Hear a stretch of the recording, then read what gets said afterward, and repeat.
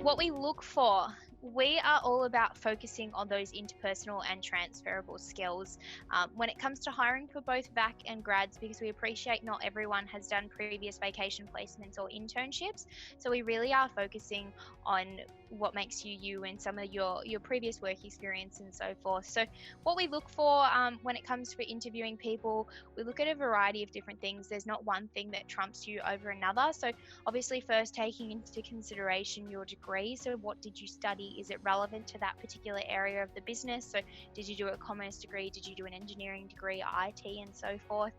We do take into consideration your academic average and your marks. So whilst it's not the be all and the end all, we do really have a look at those marks and see from a consistency perspective, but also around some of the majors and electives that you have chosen.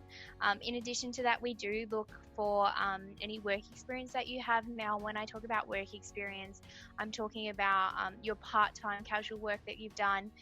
It doesn't, like I mentioned, it doesn't have to be some form of internship, but if you've done some retail work, or you've worked in a customer service role at McDonald's or Woolworths, anything like that, all of that is extremely valuable, because you are building those transferable skills that are vital in working in a professional services.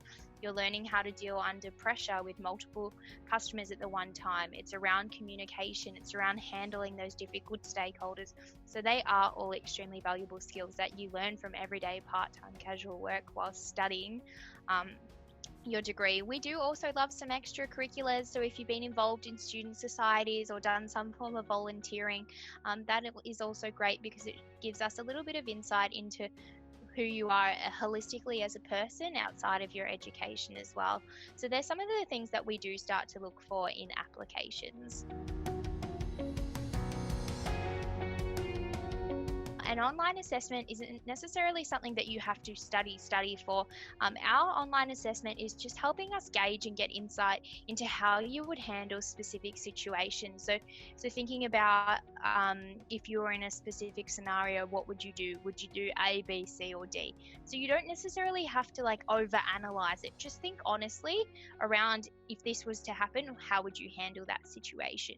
In our online assessment, we do also do some technical related questions. So what you do when you apply online is you preference 3 areas of our business, and once I review your application and dependent on the criteria for that area of the business, you'll be either progressed for your first preference or either of your 2. So each online assessment reflects each practice group. So you'll be sent an invitation, and it will tell you where that assessment is for. So making sure you're actually reading all the instructions around the assessment, that's probably my biggest tip I'd give you. I think people panic around online assessments, but make sure you just have a clear, open head in a quiet space, because you only have one shot to complete the online assessment. You have 45 minutes to do it. So don't do it whilst you're sitting on your phone on the train or something like that. Take the time to really sit down, read all the questions and information, and then you'll have a much better opportunity with feeling happy and hopefully less stressed around how you did. But yet again, your performance in the online assessment is not the only consideration of your application. We take into consideration absolutely everything, your CV, your academic transcript, the results from your online assessment, and so forth.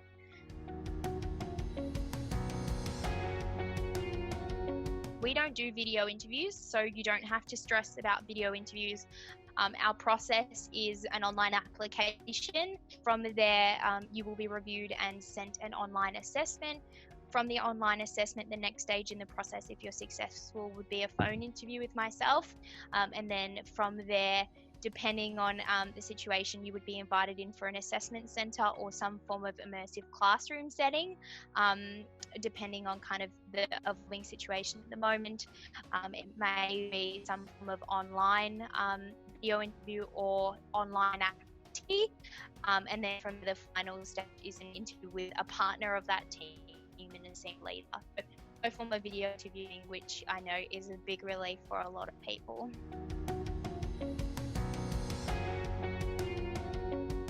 I don't want to give too many tips away.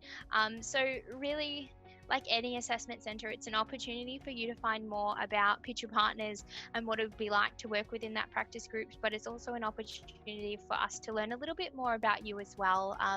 Now, I'm not going to tell you what the group activity is because that will spoil all of the fun, but it is a really fun activity in it, and my grads did it in induction because I was looking at bringing in a new activity for this year, and it's really focusing on how you interact with others, like any form of group activity, and helping you work through a specific scenario. In addition to some of the other activities that we do within our assessment centre, you do get the opportunity to have a quick one-on-one interview with a representative from that particular area of the business that you're going for a position in, which allows you the opportunity to ask any questions that you may have and start to get a real insight into what it would be like to work within that space. In addition, we do a specific activity for that practice group. So you'll get to do some form of case study or immersive kind of presentation around that particular practice group as well. So yet again, it's helping you provide a real insight into what it would be like to work within that particular team.